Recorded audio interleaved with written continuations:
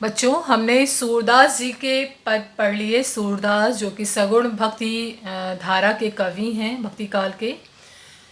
उन पदों पर आधारित जो प्रश्न हैं उन पर हम चर्चा करेंगे। खेलन में को काको गुस्सैया पद में कृष्ण और सुदामा के बीच किस बात पर तकरार होती है? कृष्ण जो हैं खेलते खेलते जब वह हारने लगते हैं तो वह नाराज हो जाते हैं और खेल छोड़कर चले जाते हैं। इसलिए सुदामा उनसे इस बात पर नाराज होते हैं कि ऐसी ये गलत चीज़ है कि खेलते हुए अगर आप हार रहे हैं तो आप खेल को कैसे छोड़ सकते हैं अन्य लोगों की अनुमति के बिना। इस बात पर इन दोनों में तकरार होती है। खेल में रूठने वाले साथी के साथ सब क्यों नहीं खेलना चाहते? खेल में रूठने वाले साथी के साथ सब इसलिए नहीं खेलना चाहते क्योंकि उस पर कोई विश्वास नहीं करता कि कब वह खेल छोड़कर चला जाएगा।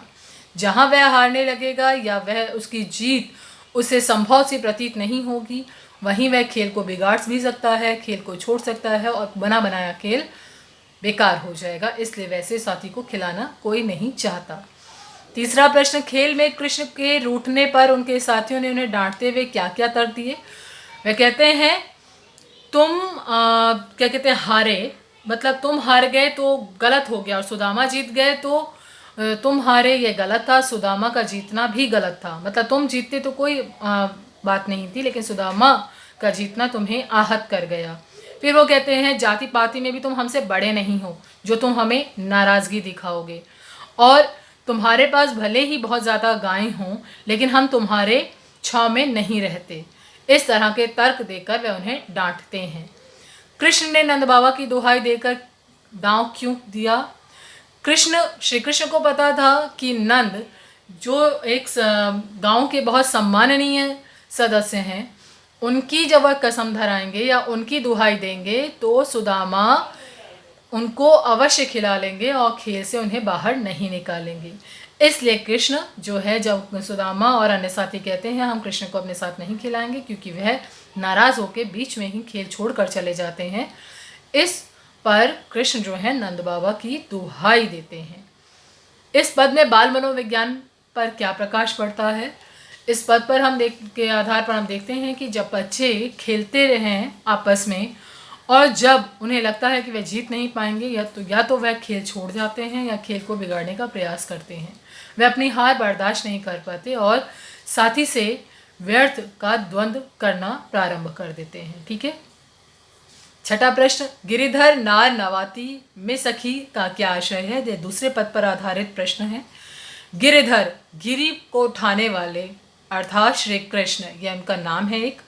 कि नार नवाती, यहाँ मुरली को लेकर, बांसुरी को लेकर जो गोपियों का रोष है उसे बताया गया है। वे कहते हैं कि सखी क्या कह रही है, गोपी क्या कहती है कि उस बांसुरी ने कृष्ण की गर्दन को मानो झुका दिया है एक तरफ।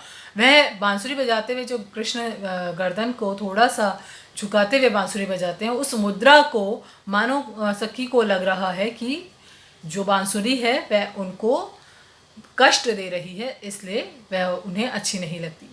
कृष्ण के अधरों की तुलना सेज से क्यों की गई है? सेज अर्थात सोने का बिस्तर जिस पर हम सोते हैं।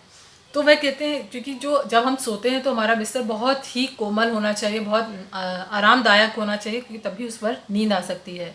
अगर हम देखें हमारे पूरे शरीर में सबसे ज़्यादा अगर कोमल कोई चीज़ है तो वह हमारे अधर अर्थात होंठ होते हैं।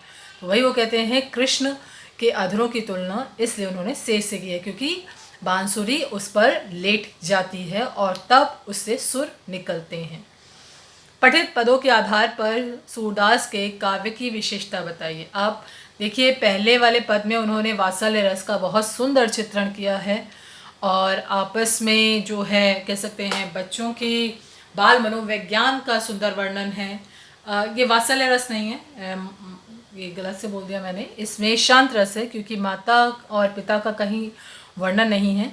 यहाँ बच्चों का आपसी खेल है, इसलिए यहाँ क्या है, शांत रस है।